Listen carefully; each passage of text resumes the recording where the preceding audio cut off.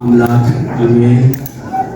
ክቡር አባታችን ሊቀ ስዩማን መምህር ቢንያም ቢያድግልኝ የሀገረ ስብከታችን ዋና ስራ አስኪያጅ፣ ክቡራን ሊቃውንተ ቤተ ክርስቲያን በየማዕረጋችሁ በየደረጃችሁ የእግዚአብሔር ልጆች የቤተ ክርስቲያን ፍሬዎች ምዕመናንና ምዕመናት እስከ ሞት ድረስ በወደደን ባከበረን በአንዱ ጌታ በኢየሱስ ክርስቶስ ፍጹም ሰላም እንደምን ሰነበታችሁ? እንደምን አደራችሁ? እንደምን አረፈዳችሁ? አሜን።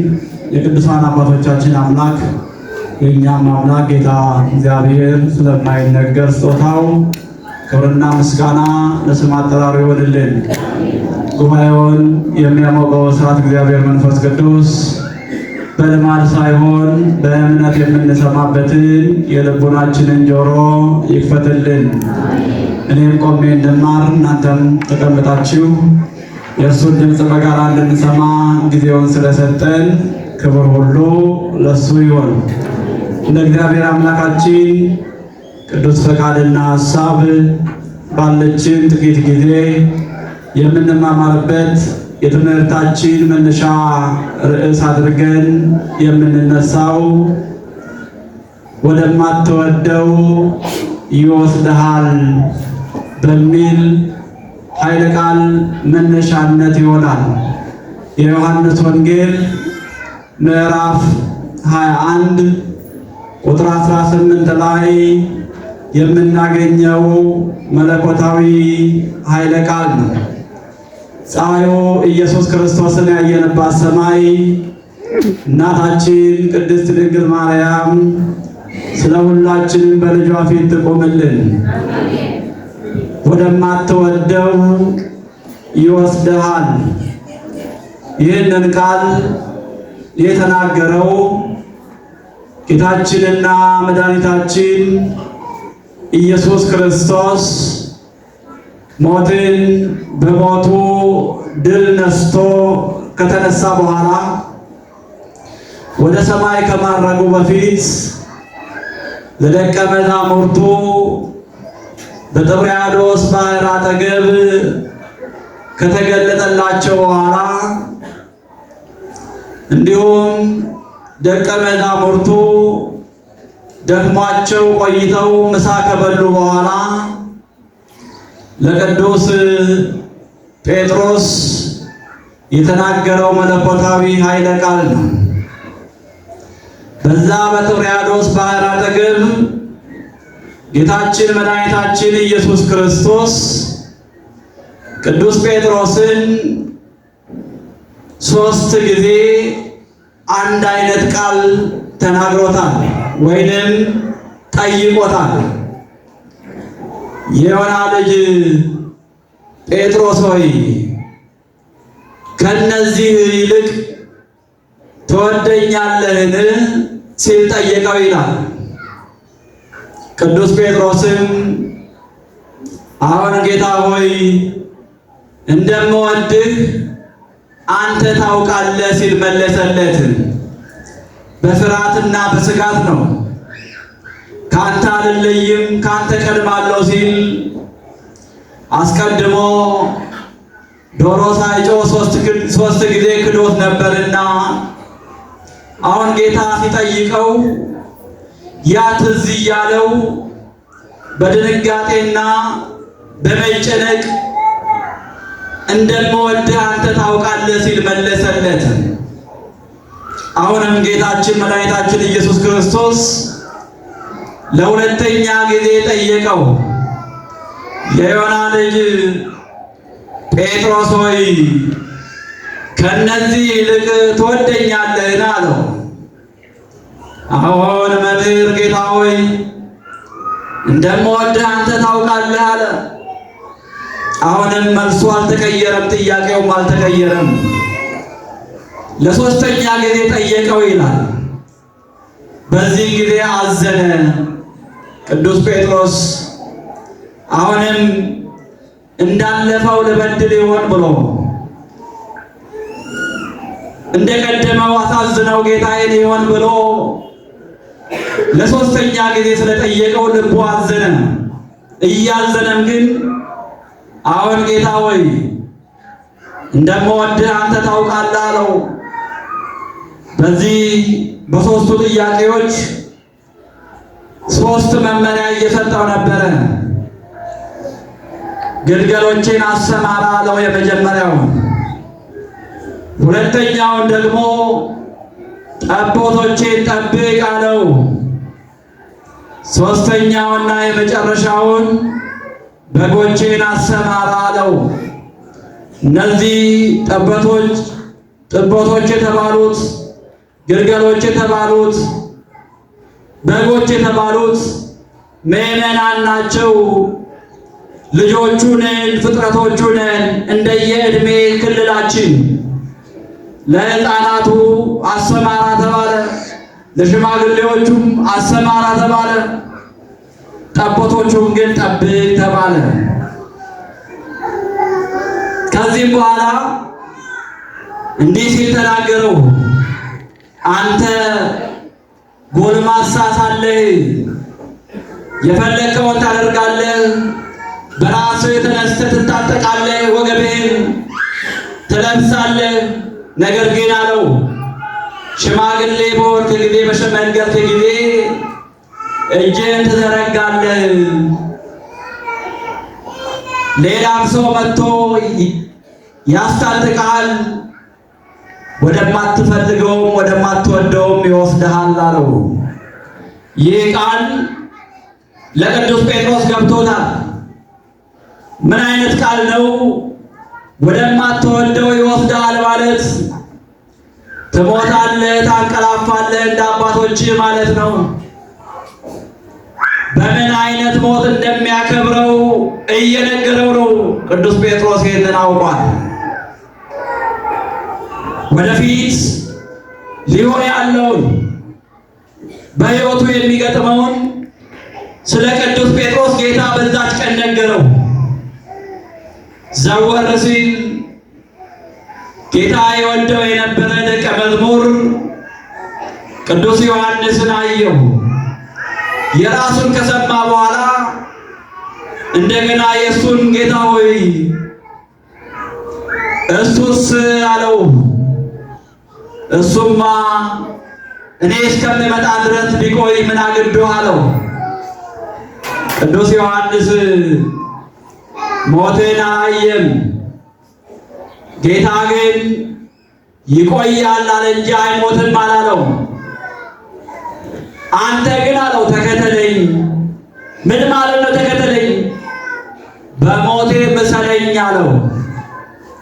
እኔ የሞትኩትን ሞት፣ እኔ የተቀበልኩትን መከራ፣ እኔ የተቀበልኩትን ስቃይ፣ እኔ የተቀበልኩትን ግርፋት በሮማ አደባባይ ትቀበላለህ ሲለው ነው። በዛሬው ዕለት ከ31 ዓመተ ምህረት በኋላ የሚፈጸመውን ጌታ በዛሬው ዕለት ነግሮታል። ይህ ዘመን ከተፈጸመ በኋላ ቅዱስ ጴጥሮስ ረዥሙን አገልግሎት ሲያገለግል ቆየ። ቅዱስ ጳውሎስን በአሕዛብም ሲያገለግል ቆየ። ሁለቱም ደቀ መዛሙርት የእግዚአብሔር አገልጋዮች እግዚአብሔርን ሲያገለግሉ ስለ ኢየሱስ ክርስቶስ አምላክነት ሳይፈሩ ሲመሰክሩ ኖሩ።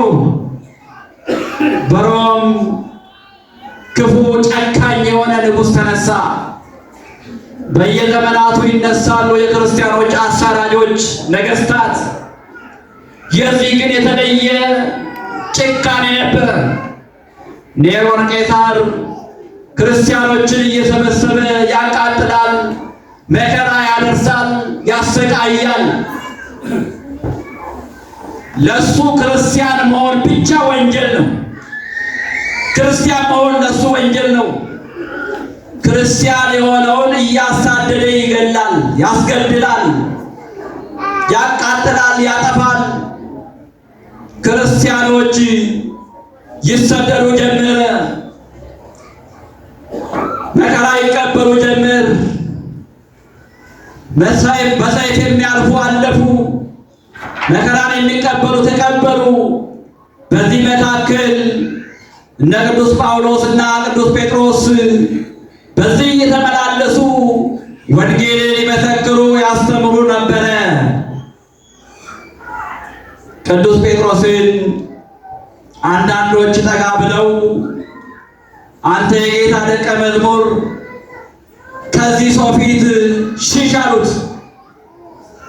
የሚያዳክሙ አጽናኞች የጌታ ፈቃድ ምን እንደሆነ ስላላስተዋሉ የእሱ ሞት በምን እንደሆነ ስላላወቁ ከዚህ ጨካኝ ንጉሥ ፊት ሽሽ አሉት።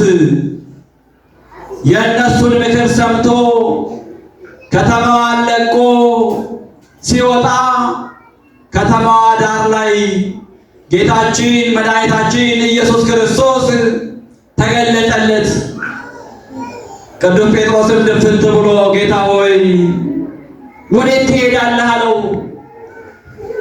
የዮና ልጅ ስምዖን ጴጥሮስ ሆይ እኔማ አንተ ይህንን መከራ አልቀበልም ብለህ እየሄድክ ስለሆነ እኔ ዳግመኛ ልሰቀል ወደዚህ እየመጣሁ ነኝ አለ።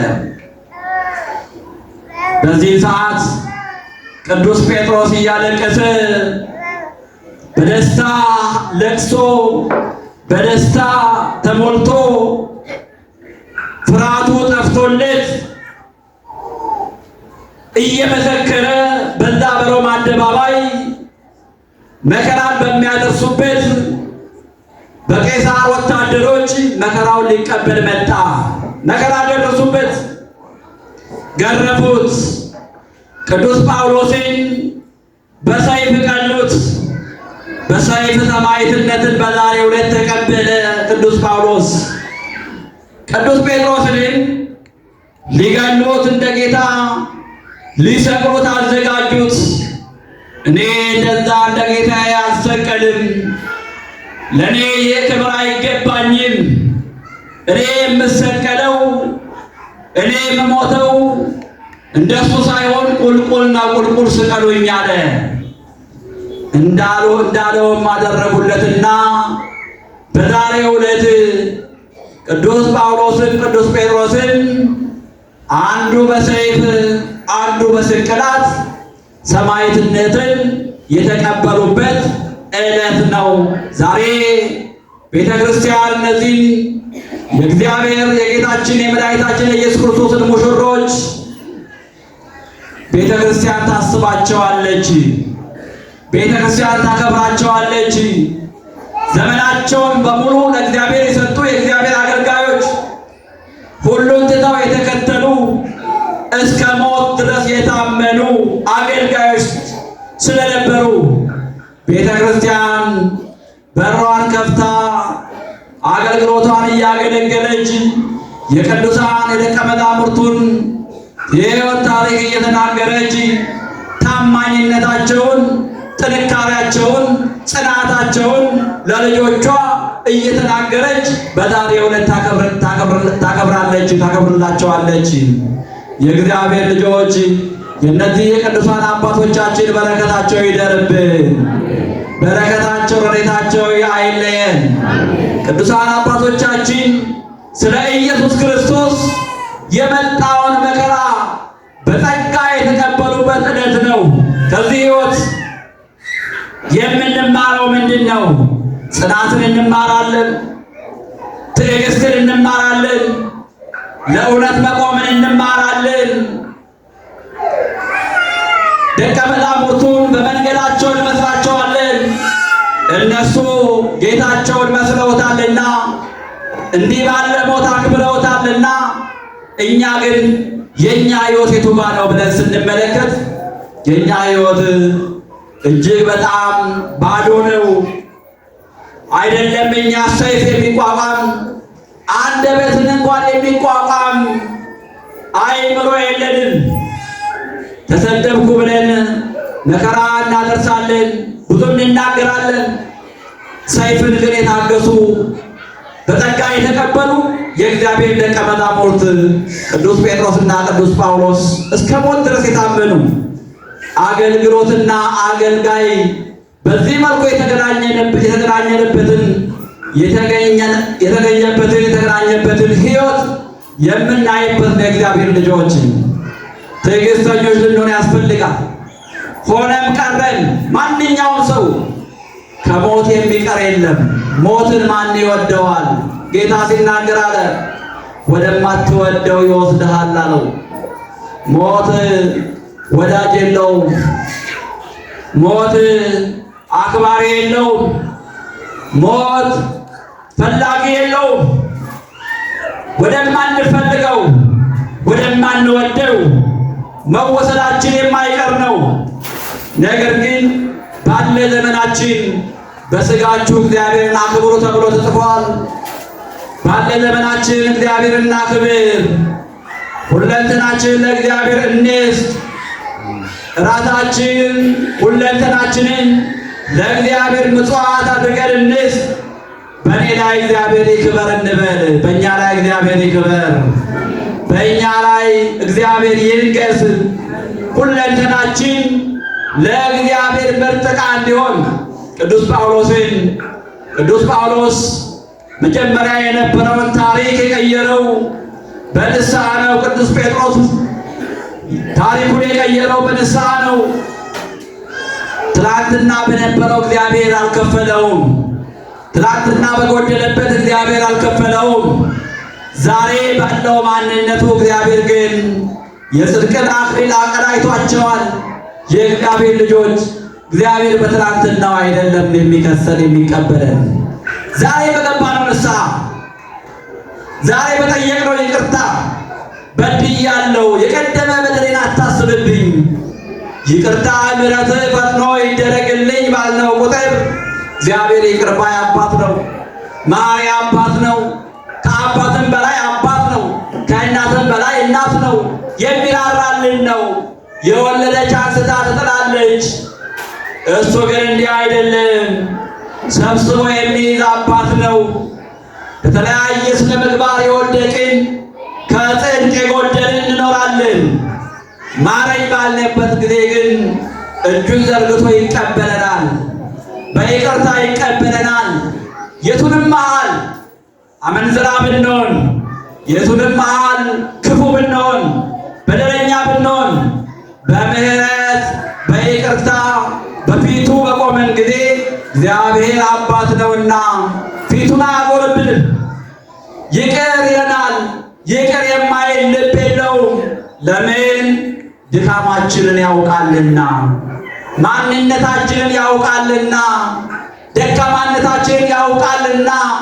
ማረኝ ስንለው የሚምር አባት የሚቀበል አባት ነው። የእግዚአብሔር ልጆች ንስሐ በሰማይ ቤት የለም። ንስሐ ያለው በምድር ነው። ይቅር በለኝ ማለት በምድር ነው። ያቺ የፍርድ ቀን ከፊቱ ከቆምን ያኔ ንስሐ ገብቼ ልምጣ አይባልም። እናንተ ርጉማን ከዚህ ወግዱ ነው የምንባለው። ያኔ ብናለቅስ የማይጠቅም ለቅሶ ነው። ያኔ ብንጮህ የማይጠቅም ጩኸት ነው። የሚጠቅም ጩኸት አሁን ዛሬ ነፍሳችን ከስጋችን ጋር ሳለች መውጣት መግባት መስገድ መመጽወት በምንችልበት ዘመን፣ አሁን ባለንበት ዘመን ይቅር በለኝ ማለት አሁን ነው። በድያለሁ ማለት አሁን ነው። የበደለውን ይቅር ማለት አሁን ነው። ያሳዘነውን ይቅርታ መጠየቅ አሁን ነው። የቀማነውን መመለስ አሁን ነው። ከሁሉ ጋር በፍቅር መኖር አሁን ነው። ሥጋ ወደሙ መቀበል አሁን ነው። ያኔ ሥጋህን በልቼ ደምህን ጠጥቼ ልምጣ ብለን አንሄድም፣ አንመለስም። ባለን ዘመን በተሰጠን ጊዜ ያ ጊዜ ደግሞ ነገ አይደለም ዛሬ ነው። እኛ የዛሬ ነን እንጂ የትናንትም አይደለንም፣ የነገም አይደለንም። የመዳን ቀን ዛሬ ነው። በፍቅር የመመላለስ ቀን ዛሬ ነው። ንስሐ የመግባት ቀን ዛሬ ነው። ስለዚህ የእግዚአብሔር ልጆች እንደ ቅዱሳን አባቶቻችን እንደ ቅዱስ ጴጥሮስና እንደ ቅዱስ ጳውሎስ በንስሐ የምንመለስ ከእውነት ጋር የምንቆም የክርስቶስ አገልጋዮች ሥጋው ደግሞ የምንቀበል በእውነትና ለእምነት የምንመላለስ እውነተኛ ክርስቲያኖች ልንሆን ያስፈልጋል። መመሳሰልን ሳይሆን መሆንን ይፈልጋል እሱ። መመሳሰልን አይደለም መሆንን ነው የሚፈልገው ከኛ።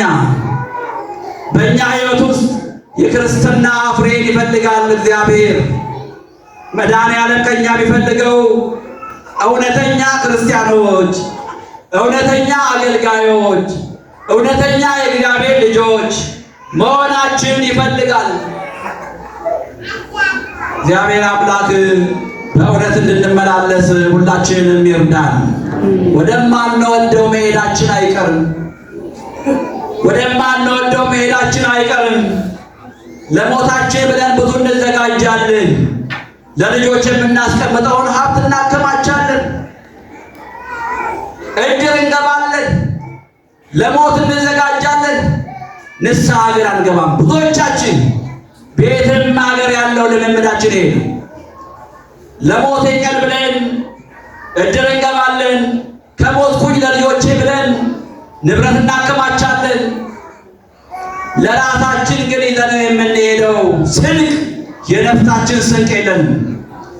ሁላችንም ወደዚህ ቅዱስ ሥጋውና ወደ ክቡር ደሙ በንስሐ መቅረብ ሰንፈናል። በውስጣችን የበረታ ስንፍና አለ። ይሄንን ስንፍና እግዚአብሔር መንፈስ ቅዱስ ከሁላችንም ላይ ያርቅልን። በንስሐ መመላለስ፣ በይቅርታ መመላለስ፣ በፍቅር መመላለስ፣ በጾምና በጸሎት ሕይወት መመላለስ፣ በእውነተኛ ክርስትና ሕይወት መመላለስ እግዚአብሔር ከኛ ይፈልጋል። የትኛውንም አይነት ጊዜ እንኑር፣ በትልቅ አርጅተን የምንሄድ ማዕከል ላይ የምንጠራ ጠዋት የምንጠራበትን ጊዜ የሚያውቀው መድኃኔዓለም ብቻ ነው። መውጣት መግባታችን የሚያውቀው መድኃኔዓለም ብቻ ነው። እኛ አሁን ያለችው 1 ደቂቃና ሰዓት ነው የምናውቀው። ከዚህ በኋላ ያለው ደግሞ የመድኃኔዓለም ነው። ስለዚህ ሁላችንም በንስሐ እንድንመላለስ እግዚአብሔር በቸርነቱ ድንግል ማርያም በምልጃዋ አይለዩን። የቅዱሳን አባቶቻችን የቅዱስ ጳውሎስ፣ የቅዱስ ጴጥሮስ፣ የአባታችን የገብረ መንፈስ ቅዱስ ጸጋ በረከት ሁላችንም ላይ ይደርብን። በቃል ኪዳናቸው ሁላችንም መድኃኔዓለም ያስበን። ወስብሐት ለእግዚአብሔር።